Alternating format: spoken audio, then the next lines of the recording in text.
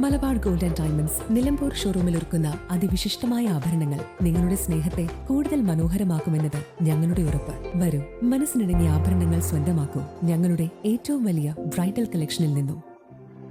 കൃഷിക്കും പാർപ്പിടത്തിനും റോഡ്, ശുചിത്വം എന്നിവയ്ക്കും പ്രാമുഖ്യം നൽകി ചുങ്കത്ര ഗ്രാമപഞ്ചായത്ത് ബജറ്റ് അവതരിപ്പിച്ചു. 46,33,00,000 രൂപ വരവും 37,98,00,000 രൂപ ചിലവും 8,34,00,000 രൂപ മിച്ചവും പ്രതീക്ഷിക്കുന്ന ബജറ്റാണ് വൈസ് പ്രസിഡന്റിന്റെ അഭാവത്തിൽ ധനകാര്യ സ്റ്റാൻഡിംഗ് കമ്മിറ്റി അംഗം ലിബിൻ ബേബി അവതരിപ്പിച്ചത്. വിശപ്പുരഹിത കേരളം സാധ്യമാക്കുന്നതിന് കുടുംബശ്രീയെ ശക്തിപ്പെടുത്തുന്നതിനുള്ള ശ്രമങ്ങൾ ആരംഭിച്ചിട്ടുണ്ട്.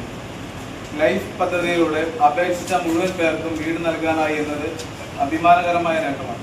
പഞ്ചായത്തിന്റെ സുസ്ഥിര വികസനം മുന്നിൽ കണ്ട് അടിസ്ഥാന സൗകര്യ വികസനം, പാർപ്പിടം, ആരോഗ്യം, ശുചിത്വം, കാർഷികം, മൃഗസംരക്ഷണം, ക്ഷീരവികസനം, പട്ടികജാതി പട്ടികവർഗ വികസനം, വനിതാ ശിശുക്ഷേമ പരിപാടികൾ, യുവജനക്ഷേമം എന്നിവയ്ക്ക് ഊന്നൽ നൽകിക്കൊണ്ടാണ് 2025-26 വർഷത്തെ കരട് ബഡ്ജറ്റ് സമർപ്പിക്കുന്നത്.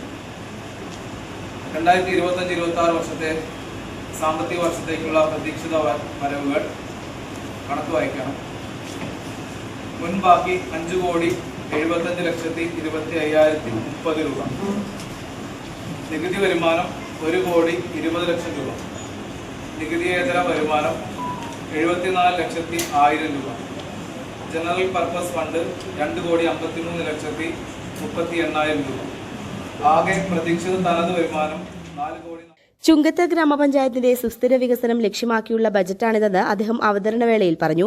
കൃഷി, പാർപ്പിടം, റോഡ്, ശുചിത്വ മേഖലകൾക്ക് മുന്തിയ പരിഗണനയാണ് ബജറ്റ് നൽകിയിരിക്കുന്നത്. ബജറ്റ് അവതരണ യോഗത്തിൽ ഗ്രാമപഞ്ചായത്ത് പ്രസിഡന്റ് വത്സമ സെബാസ്റ്റ്യൻ അധ്യക്ഷത വഹിച്ചു. സ്റ്റാൻഡിംഗ് കമ്മിറ്റി അധ്യക്ഷന്മാരായ MR Jayachandran, block panchayat standing committee chairperson Susan Mathai, panchayat അംഗം ഷാജഹാൻ ചേലൂർ എന്നിവർ സംസാരിച്ചു.